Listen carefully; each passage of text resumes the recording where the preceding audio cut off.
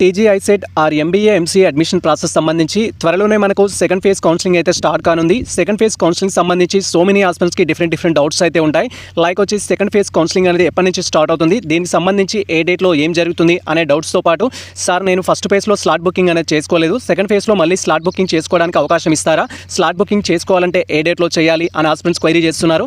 Same time sir నేను first ఫేజ్లో slot booking చేసుకున్నాను, బట్ నా దగ్గర ఆల్ డాక్యుమెంట్స్ లేకపోవడం వల్ల నేను సర్టిఫికేట్ వెరిఫికేషన్కి అటెండ్ అవ్వలేదు. ఇప్పుడు ప్రజెంట్ ఆల్రెడీ స్లాట్ బుకింగ్ చేసుకున్నాను కాబట్టి సెకండ్ ఫేజ్లో సర్టిఫికేట్ వెరిఫికేషన్కి వెళ్ళడానికి ఛాన్స్ ఉంటుందా, వెళ్తే ఏ సెంటర్కి వెళ్ళాలి, అండ్ దాంతోపాటు సార్ నేను ఫస్ట్ ఫేజ్లో ఆల్రెడీ సర్టిఫికేట్ వెరిఫికేషన్కి అటెండ్ అయ్యాను, ఆ టైంలో నా దగ్గర ఇన్కమ్ సర్టిఫికేట్ లేదు, క్యాస్ట్ సర్టిఫికేట్ లేదు, లేదా నాకు సంబంధించిన బోనఫైడ్ సర్టిఫికేట్స్ లేవు, లేకపోవడం వల్ల నాకు సంబంధించిన వెరిఫికేషన్ రిపోర్ట్లో వచ్చేసి నో అనే ఆప్షన్ అయితే పెట్టడం జరిగింది. సో ఇప్పుడు మళ్ళీ నేను రీవెరిఫికేషన్కి వెళ్ళొచ్చా, రీవెరిఫికేషన్కి వెళ్తే నాకు వ్యాలిడ్ ఉంటుందా, అండ్ ఫస్ట్ ఫేజ్లో నాకు సంబంధించిన స్పెషల్ కేటగిరీ డాక్యుమెంట్స్ అనేది వెరిఫికేషన్ చేయించుకోలేదు, ఇప్పుడు నా దగ్గర వెరిఫికేషన్ చేయించుకోవడానికి డాక్యుమెంట్స్ ఉన్నాయి, నేను రీవెరిఫికేషన్కి వెళ్ళొచ్చా అంటూ కూడా సో మెనీ హాస్పిటల్స్ క్వైరీ చేస్తున్నారు. అండ్ నెక్స్ట్ థింగ్ వచ్చేసి వెబ్ ఆప్షన్స్ ఎలాగో మనకు స్టార్ట్ అవుతుంది కాబట్టి వెబ్ ఆప్షన్స్ అనేది ఎవరెవరు పెట్టుకోవాలి. ఫస్ట్ ఫేజ్లో నాకు ఆల్రెడీ ఒక కాలేజ్లో సీట్ అలాట్ అయింది, నేను సెకండ్ ఫేజ్లో మళ్ళీ బెటర్ కాలేజ్ కోసం వెబ్ ఆప్షన్స్ పెట్టుకోవచ్చా, అలా పెట్టుకుంటే ఒకవేళ సెకండ్ ఫేజ్లో పెట్టుకున్న కాలేజ్లో కనుక సీట్ రాకపోతే ఫస్ట్ ఫేజ్ సీట్ ఉంటుందా పోతుందా అనే టాపిక్ గురించి క్వైరీ చేస్తున్నారు. అన్న నేను ఆల్రెడీ ఫస్ట్ ఫేజ్లో వెబ్ ఆప్షన్స్ సంబంధించి పేమెంట్ చేశాను, same time college seat allot అయింది, అలాట్ అయిన కాలేజ్ కూడా నేను అమౌంట్ పే చేసి సీట్ కన్ఫర్మ్ చేసుకున్నాను. ఒకవేళ సెకండ్ ఫేజ్లో కనుక నాకు సీట్ వచ్చినట్టయితే మళ్ళీ అమౌంట్ పే చేయాల్సి ఉంటుందా, లేదా ఫస్ట్ ఫేజ్లో పే చేసిన అమౌంట్ తోటి సరిపోతుందా అని కూడా క్వైరీ చేస్తున్నారు. అండ్ దీనికి సంబంధించి సెకండ్ ఫేజ్ కౌన్సిలింగ్ సంబంధించి మీకు ఎటువంటి డౌట్స్ ఉన్నా కూడా యాజ్ పర్ షెడ్యూల్ బేస్డ్ చేసుకొని ప్రతి టాపిక్ గురించి మనం డీటెయిల్గా అయితే తెలుసుకుందాం. అండ్ స్కాలర్షిప్ సంబంధించి సపరేట్గా 2 వీడియోస్ అయితే చేయడం జరిగింది. మీకు స్కాలర్షిప్ గురించి ఎటువంటి డౌట్స్ ఉన్నా కూడా ఆ వీడియో చూస్తే మీకు క్లారిటీ వస్తుంది. అండ్ హాస్టల్కి సంబంధించి డౌట్ ఉన్న వారు కూడా రియంబర్స్మెంట్ ఎంత రావడం జరుగుతుంది, మనం ఎంత పే చేయాలి హాస్టల్ పర్పస్ అనేది కూడా ప్రీవియస్లో డీటెయిల్ వీడియో చేయడం జరిగింది, ఆ వీడియో చూస్తే మీకు క్లారిటీ వస్తుంది. ప్రజెంట్ అయితే మనం సెకండ్ ఫేజ్ కౌన్సిలింగ్ సంబంధించిన షెడ్యూల్ గురించి డీటెయిల్గా అయితే తెలుసుకుందాం.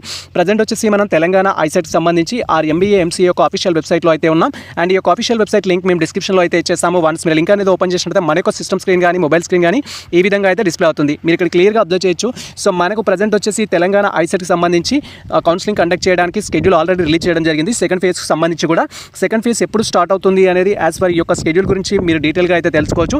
ప్రీవియస్లో ఆల్రెడీ మేము డీటెయిల్ వీడియో చేసినప్పుడే దాంట్లో సెకండ్ ఫేజ్కి సంబంధించిన షెడ్యూల్ గురించి కూడా మాట్లాడడం జరిగింది. ఈ డీటెయిల్ నోటిఫికేషన్ మీరు క్లియర్గా అబ్జర్వ్ చేయొచ్చు. ఇది ఫస్ట్ వచ్చేసి మనకు 14th ఆగస్టు 2026 వరకు ఫస్ట్ ఫేజ్కి సంబంధించి షెడ్యూల్ అయితే ఇవ్వడం జరిగింది.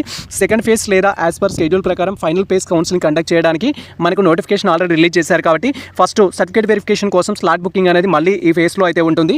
అండ్ దీనికి ఎవరు రిజిస్టర్ చేసుకోవాలని మీరు క్వైరీ చేసినట్టయితే ఫస్ట్ ఫేజ్లో మీరు కనుక స్లాట్ బుకింగ్ చేసుకొని క్యాండిడేట్స్ అయినట్టయితే రీజన్ ఏదైనా సరే ఫస్ట్ ఫేజ్లో మీరు స్లాట్ బుకింగ్ చేసుకోలేదు అలాంటి క్యాండిడేట్స్కి మరొక అవకాశం అనమాట.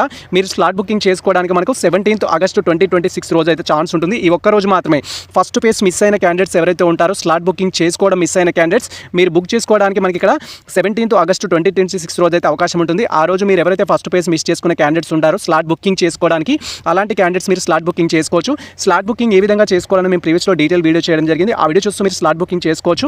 లేదా స్లాట్ బుకింగ్ విషయంలో ఎటువంటి డౌట్స్ ఉన్నా ఎటువంటి ప్రాబ్లమ్స్ ఉన్నా కూడా మేము ఆన్లైన్ అప్లికేషన్ సర్వీస్ కూడా ప్రొవైడ్ చేస్తాము. మీరు 17th ఆగస్టు రోజు మమ్మల్ని కాంటాక్ట్ అయినట్టయితే మేము మీకు ఆన్లైన్ అప్లికేషన్ సర్వీస్ అయితే ప్రొవైడ్ చేస్తాము.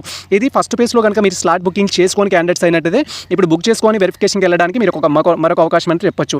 అండ్ స్లాట్ బుకింగ్ ఆల్రెడీ చేసుకున్న క్యాండిడేట్స్ ఎవరైతే ఉంటారో అంటే మీరు ఫస్ట్ ఫేజ్లో స్లాట్ బుకింగ్ చేసుకొని వెరిఫికేషన్కి వెళ్ళని క్యాండిడేట్స్ అయినా లేదా మీరు సెకండ్ ఫేజ్లో కొత్తగా స్లాట్ బుకింగ్ చేసుకున్న క్యాండిడేట్స్ అయినా వెరిఫికేషన్ కోసం వెళ్ళడానికి మనకు 18th ఆగస్టు 2026 రోజు అవకాశం అయితే ఇవ్వడం జరిగింది. ఆ రోజు మీరు వెరిఫికేషన్కి అయితే వెళ్ళాల్సి ఉంటుంది. ఫ్రెష్గా స్లాట్ బుకింగ్ చేసుకున్న క్యాండిడేట్స్ వెరిఫికేషన్కి వెళ్ళొచ్చు, ఆల్రెడీ స్లాట్ బుకింగ్ చేసుకొని వెరిఫికేషన్కి వెళ్ళని క్యాండిడేట్స్ కూడా మీరు వెరిఫికేషన్కి అయితే అటెండ్ అవ్వచ్చు. అన్న నాకు ఆల్రెడీ ఫస్ట్ ఫేజ్లో వెరిఫికేషన్ అయిపోయింది, ఆల్రెడీ ఫస్ట్ ఫేజ్లో స్లాట్ బుకింగ్ చేసుకున్నాను, మళ్ళీ స్లాట్ బుకింగ్ చేసుకోవాలా, మళ్ళీ వెరిఫికేషన్కి వెళ్ళాలని సో మెనీ హాస్పిటల్స్ క్వైరీ చేస్తారు. ఆల్రెడీ స్లాట్ బుకింగ్ చేసుకున్న వాళ్ళు మళ్ళీ వెళ్ళాల్సిన అవసరం లేదు. Same time already certificate verification complete చేసుకున్న వారు కూడా మళ్ళీ వెళ్ళాల్సిన అవసరం లేదు. బట్ మీరు సర్టిఫికేట్ వెరిఫికేషన్ ఆల్రెడీ కంప్లీట్ చేసి ఏదైనా ఒక డాక్యుమెంట్ పెండింగ్లో ఉన్నట్టయితే, ఫర్ ఎగ్జాంపుల్ అప్పుడు ఇన్కమ్ లేదు, ఇప్పుడు మీ దగ్గర 2026 సంబంధించిన ఇన్కమ్ ఉంది, అప్పుడు మీ దగ్గర క్యాస్ట్ సర్టిఫికేట్ లేదు, ఇప్పుడు మీ దగ్గర క్యాస్ట్ సర్టిఫికేట్ ఉంది, అప్పుడు మీ దగ్గర స్పెషల్ కేటగిరీ డాక్యుమెంట్స్ లేవు, ఇప్పుడు మీ దగ్గర స్పెషల్ కేటగిరీ డాక్యుమెంట్స్ ఉన్నాయంటే మీరు స్లాట్ బుకింగ్ ఆల్రెడీ చేసుకున్నారు కాబట్టి అలాంగ్ విత్ ఆల్ డాక్యుమెంట్స్ అనేది తీసుకొని మీరు వెరిఫికేషన్కి అయితే వెళ్ళాల్సి ఉంటుంది. వెరిఫికేషన్కి వెళ్తే ప్రజెంట్ మీ యొక్క ఇన్కమ్ సర్టిఫికేట్ రీవెరిఫికేషన్ చేసి వాళ్ళు ఎలిజిబుల్ అన్నట్టు ఇస్తారు, లేదా మీకు సంబంధించిన క్యాస్ట్ రీవెరిఫికేషన్ ఏదైతే అప్పుడు పెండింగ్లో పెట్టుకున్నారో ఇప్పుడు మీరు రీవెరిఫికేషన్కి అయితే వెళ్ళొచ్చు అనమాట. సో అలా మీరు మెమోస్ పెండింగ్ ఉన్న స్టూడెంట్స్ కూడా మెమోస్ లేని కారణం వల్ల ఫస్ట్ ఫేజ్లో మిమ్మల్ని రిజెక్ట్ చేసి ఉంటారు, పెండింగ్లో పెట్టుంటారు. అలాంటి క్యాండిడేట్స్ కూడా ఇప్పుడు మీకు రిజల్ట్ వచ్చింది ఒకవేళ మీ దగ్గర ఆల్ మెమోస్ ఉంటే మీరు రీవెరిఫికేషన్కి అయితే వెళ్ళొచ్చు. అది వచ్చేది మనకు ఒకే రోజు అయితే జరుగుతుంది, అది 18th ఆగస్టు 2026 రోజు అయితే జరుగుతుంది. మళ్ళీ మీరు అడగొద్దు అన్న నాది ఎస్ఎస్సీ మెమో పెట్టలేదు, ఇంటర్ మెమో పెట్టలేదు, ఇప్పుడు పెట్టొచ్చా అని. ఏ వెరిఫికేషన్ అయినా రీవెరిఫికేషన్కి మనకి ఆల్రెడీ స్లాటింగ్ బుకింగ్ చేసుకున్న వారికి కానీ లేదా రీవెరిఫికేషన్కి వెళ్ళాలనుకున్న క్యాండిడేట్స్ కానీ మనకు 18th ఆగస్టు 2026 రోజు అయితే అవకాశం ఉంటుంది. ఆ రోజు మీరు వెరిఫికేషన్కి వెళ్తే సరిపోతుంది, వెరిఫై చేసి మీకు మళ్ళీ యాజ్ పర్ మీ యొక్క డాక్యుమెంట్స్ ప్రకారం రిసిప్ట్ అయితే ఇవ్వడం జరుగుతుంది. తర్వాత మనకు వెబ్ ఆప్షన్స్ పెట్టుకోవడానికి డేట్స్ వచ్చేసి ఏంటంటే 18th ఆగస్టు నుంచి 19th ఆగస్టు వరకు 2 డేస్లో వెబ్ ఆప్షన్స్ పెట్టుకోవడానికి సెకండ్ ఫేజ్లో అయితే మనకు అవకాశం ఇవ్వడం జరిగింది. సో ఈ వెబ్ ఆప్షన్స్ ఎవరెవరు పెట్టుకోవచ్చు అంటే ఇక్కడ వెబ్ ఆప్షన్స్ పెట్టుకోవడానికి కొత్తగా రిజిస్టర్ చేసుకున్న క్యాండిడేట్స్ ఎవరైతే ఉంటారో సో వారు వెబ్ ఆప్షన్స్ పెట్టుకోవచ్చు. అంటే 17th రోజు స్లాట్ బుకింగ్ చేసుకొని అండ్ 18th రోజు వెరిఫికేషన్కి వెళ్ళిన ఆస్పిరెంట్స్ ఎవరైతే ఉంటారో వెరిఫికేషన్ ప్రాసెస్ కంప్లీట్ అయిన తర్వాత మీరు వెబ్ ఆప్షన్స్ పెట్టుకోవచ్చు. ఆల్రెడీ మీరు ఫస్ట్ ఫేజ్లో పార్టిసిపేట్ చేశారు, మీకు సీట్ రాలేదు అనుకుంటే అలాంటి క్యాండిడేట్స్ వెబ్ ఆప్షన్స్ పెట్టుకోవచ్చు. సీట్ వచ్చి కాలేజ్లో జాయిన్ కాని క్యాండిడేట్స్ ఎవరైతే ఉంటారో వారు వెబ్ ఆప్షన్స్ పెట్టుకోవచ్చు. 4th వన్ వచ్చేసి నాకు ఆల్రెడీ సీట్ కూడా కావడం జరిగింది అండ్ నేను కాలేజ్లో కూడా రిపోర్టింగ్ అనేది చేయడం జరిగింది. దట్ టు బి ఆన్లైన్లో అమౌంట్ పే చేసి సీట్ కూడా కన్ఫర్మ్ చేసుకున్నాను. నేను కూడా వెబ్ ఆప్షన్స్ పెట్టుకోవచ్చా సార్ అంటే ఎవరైనా వెబ్ ఆప్షన్స్ పెట్టుకోవచ్చు. ఇక్కడ క్లియర్గా ఏం చెప్తున్నానంటే మీకు సీట్ వచ్చింది అండ్ సీట్ ఆన్లైన్ ద్వారా కన్ఫర్మ్ చేసుకున్నారు అలాంటి క్యాండిడేట్స్ వెబ్ ఆప్షన్స్ పెట్టుకోవచ్చు. సీట్ వచ్చింది కానీ నేను నా కాలేజ్ నచ్చక అసలు ఆన్లైన్లో పేమెంట్ చేయలేదు అండ్ సెల్ఫ్ రిపోర్టింగ్ డౌన్లోడ్ చేసుకోవాలని చెప్పే క్యాండిడేట్స్ ఉంటారు వారు వెబ్ ఆప్షన్స్ పెట్టుకోవచ్చు. సీట్ రాలేదు సార్ నాకు ఫస్ట్ ఫేజ్లో వెబ్ ఆప్షన్స్ పెట్టాను అనే క్యాండిడేట్స్ వెబ్ ఆప్షన్స్ పెట్టుకోవచ్చు. కొత్తగా రిజిస్ట్రేషన్ చేసుకొని వెరిఫికేషన్కి వెళ్ళిన క్యాండిడేట్స్ కూడా మీరు వెబ్ ఆప్షన్స్ పెట్టుకోవచ్చు. ఇలా మీరు ఏ కేటగిరీ స్టూడెంట్స్ అయినా వెబ్ ఆప్షన్స్ అనేది మనకు 18th ఆగస్ట్ నుంచి 19th ఆగస్ట్ రోజు అయితే వెబ్ ఆప్షన్స్ పెట్టుకోవాలి.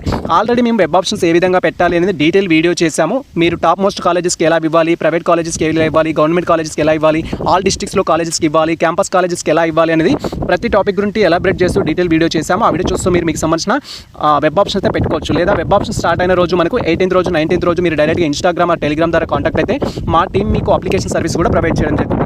And web options final submit చేయడానికి రీచ్ చేయడానికి మనకు వచ్చేసి 19th ఆగస్ట్ అయితే డేట్ ఉంటుంది. 19th ఆగస్ట్ రోజు మీరు వెబ్ ఆప్షన్స్ ఫైనల్ సేవ్ చేసుకొని మీకు సంబంధించిన ప్రింట్ అయితే డౌన్లోడ్ చేసుకోవచ్చు. అండ్ ఇక్కడ మనకు వెబ్ ఆప్షన్స్కి ఎడిట్ ఆప్షన్ అయితే ఉండదు. మీరు 18th రోజు పెట్టి సేవ్ చేశారనుకోండి 19th రోజు ఏమైనా రిమార్క్స్ ఉంటే చేంజ్ చేసుకోవడానికి ఛాన్స్ ఉంటుంది. కాబట్టి వెబ్ ఆప్షన్ ఎడిట్ ఆప్షన్ గురించి థింక్ చేయకండి. వెబ్ ఆప్షన్స్ పెట్టేటప్పుడే కేర్ఫుల్గా పెట్టండి. ఇక్కడ నేను ఒక ఇన్స్ట్రక్షన్స్ అయితే ఇస్తున్నాను. ఫస్ట్ ఫేజ్లో ఆల్రెడీ సీట్ వచ్చి మీరు సీట్ కన్ఫర్మ్ చేసుకొని ఇప్పుడు బెటర్ కాలేజ్కి వెళ్తున్న క్యాండిడేట్స్ ఎవరైతే ఉంటారో వెబ్ ఆప్షన్స్ పెట్టేటప్పుడు చాలా కేర్ఫుల్గా పెట్టాలి. ఫర్ ఎగ్జాంపుల్ ఫస్ట్ ఫేజ్లో నాకు వచ్చేసి ఏంటంటే ఉస్మానియా యూనివర్సిటీ సెల్ఫ్ ఫినాన్స్లో వచ్చింది. ఇప్పుడు నేను ఓయూ రెగ్యులర్లో కావాలి అనుకుంటున్నాను. ఓయూ రెగ్యులర్లో కావాలి అనుకుంటున్నప్పుడు ఏంటి అంటే మీరు సెకండ్ ఫేజ్లో ఓన్లీ ఓయూ రెగ్యులర్ మాత్రమే పెట్టండి. ఆల్రెడీ మీరు పేమెంట్ చేసి సీట్ కన్ఫర్మ్ చేసుకొని ఉంటే ఒకవేళ సెల్ఫ్ ఫినాన్స్ సంబంధించి ఓయూ రెగ్యులర్ మాత్రమే పెట్టండి. అప్పుడు ఒకవేళ ఓయూ రెగ్యులర్లో కనుక మీకు సీట్ రాలేదనుకోండి ఓయూ సెల్ఫ్ ఫినాన్స్ అనేది అలానే ఉంటుంది, దాంతో కంటిన్యూ అవ్వచ్చు అనమాట.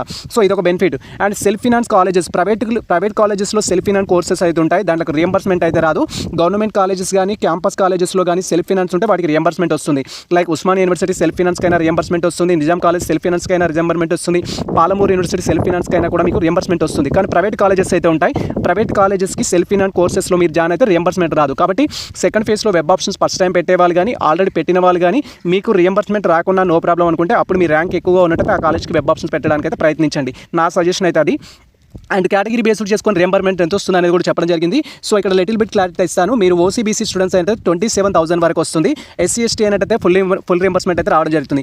ఎస్సీ ఎస్టీ అయినట్లయితే ఫుల్ రియంబర్స్మెంట్ రావాలి, మైనార్టీ స్టూడెంట్స్కి కూడా ఫుల్ రియంబర్స్మెంట్ రావాలి అనుకున్నా కూడా మీరు ఓసీబీసీ స్టూడెంట్స్ అయ్యండి మీకు సంబంధించిన రియంబర్స్మెంట్ రావాలంటే ఖచ్చితంగా ఓసీకి అయితేనేమో ఇన్కమ్ సర్టిఫికేట్ ఉండాలి, బీసీ అయితే ఇన్కమ్ అండ్ క్యాస్ట్ సర్టిఫికేట్ అనేది ఉండాల్సి ఉంటుంది, ఎస్సీ ఎస్టీ మైనార్టీ అయితేనేమో ఇన్కమ్ అండ్ క్యాస్ట్ సర్టిఫికేట్ అయితే కావాల్సి ఉంటుంది. ఆ రిలేటెడ్ కేటగిరీ సర్టిఫికేట్స్ ఉంటేనే బేస్డ్ ఆన్ మీ కేటగిరీని బట్టి ఓసీబీసీ స్టూడెంట్స్కి వచ్చేసి 27,000 వరకు రియంబర్స్మెంట్ వస్తుంది, ఎస్సీ ఎస్టీకి ఫుల్ రియంబర్స్మెంట్ వస్తుంది. మీరు కొత్తగా రిజిస్టర్ చేసుకొని స్లాట్ బుకింగ్ చేసుకొని వెరిఫికేషన్కి వెళ్ళే ఆస్పిరెంట్స్ ఖచ్చితంగా 2026 సంబంధించిన ఇన్కమ్ సర్టిఫికేట్ ఉండేటట్టు చూసుకోండి. మీరు ఏ కేటగిరీ స్టూడెంట్స్ అయినా ఇన్కమ్ ఉంటే రియంబర్స్మెంట్ వస్తుంది, ఇన్కమ్ లేకపోతే రియంబర్స్మెంట్ అనేది రాదు.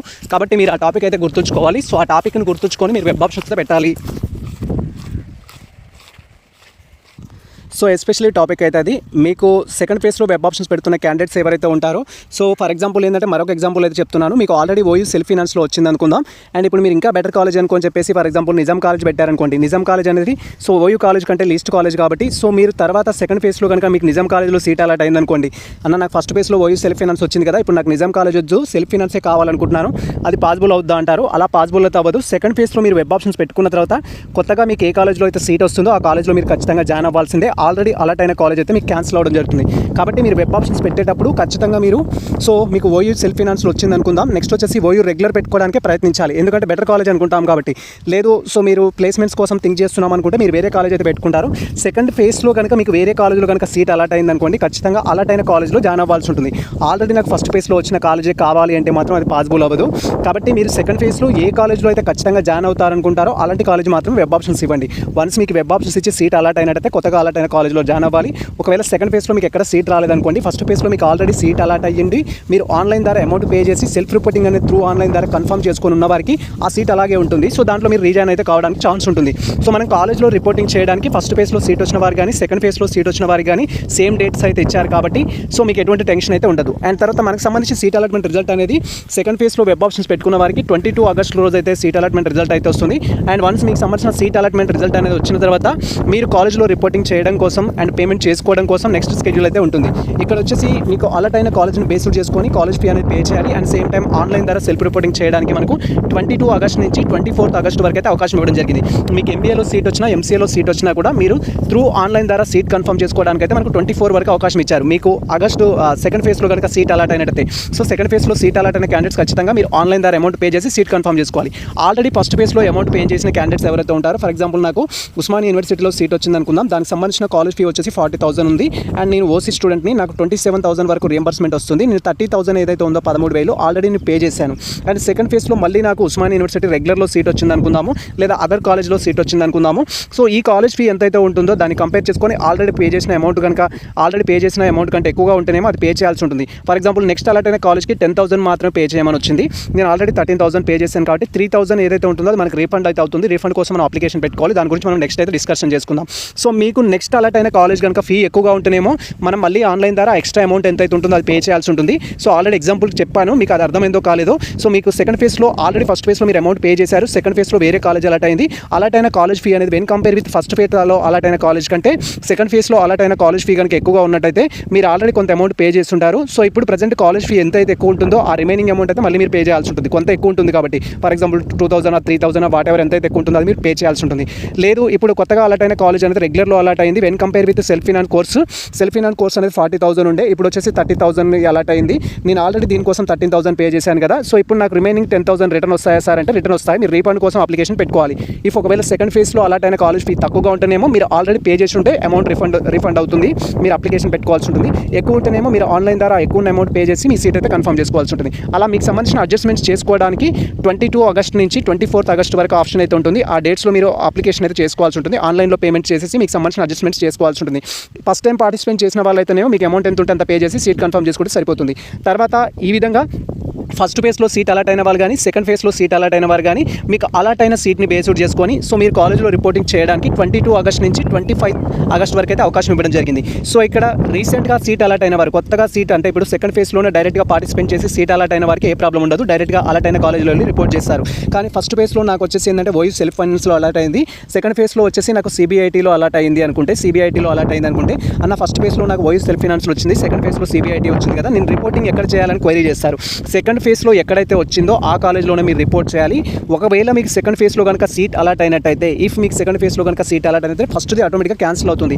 సెకండ్ ఫేజ్లో మీకు సీట్ అలాట్ కాకపోతే ఫస్ట్ది అలాగే ఉంటుంది. మీరు ఆన్లైన్ ద్వారా అమౌంట్ పే చేసి జస్ట్ ఆన్లైన్లోనే సెల్ఫ్ రిపోర్టింగ్ డౌన్లోడ్ చేసుకొని ఉంటే ఆ విధంగా మీకు సెకండ్ ఫేజ్లో సీట్ అలాట్ అయితేనేమో అలాట్ అయిన కాలేజ్లో రిపోర్టింగ్ చేయాలి ఈ డేట్స్ మధ్యలో. అలాట్ కాకపోతేనే ఫస్ట్ ఫేజ్లో ఏదైతే సీట్ రావడం జరిగిందో దాంట్లో మీరు రిపోర్ట్ చేస్తే సరిపోతుంది.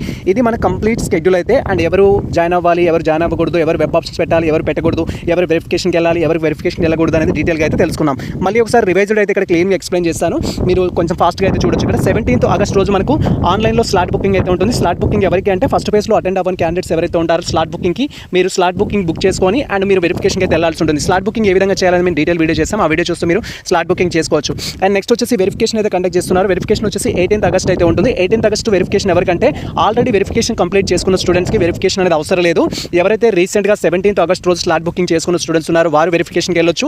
ఫస్ట్ ఫేజ్లో డ్యూ టు సమ్ రీజన్స్ వల్ల స్లాట్ బుకింగ్ చేసుకొని వెరిఫికేషన్కి అటెండ్ అవ్వని క్యాండిడేట్స్ వెరిఫికేషన్కి వెళ్ళొచ్చు.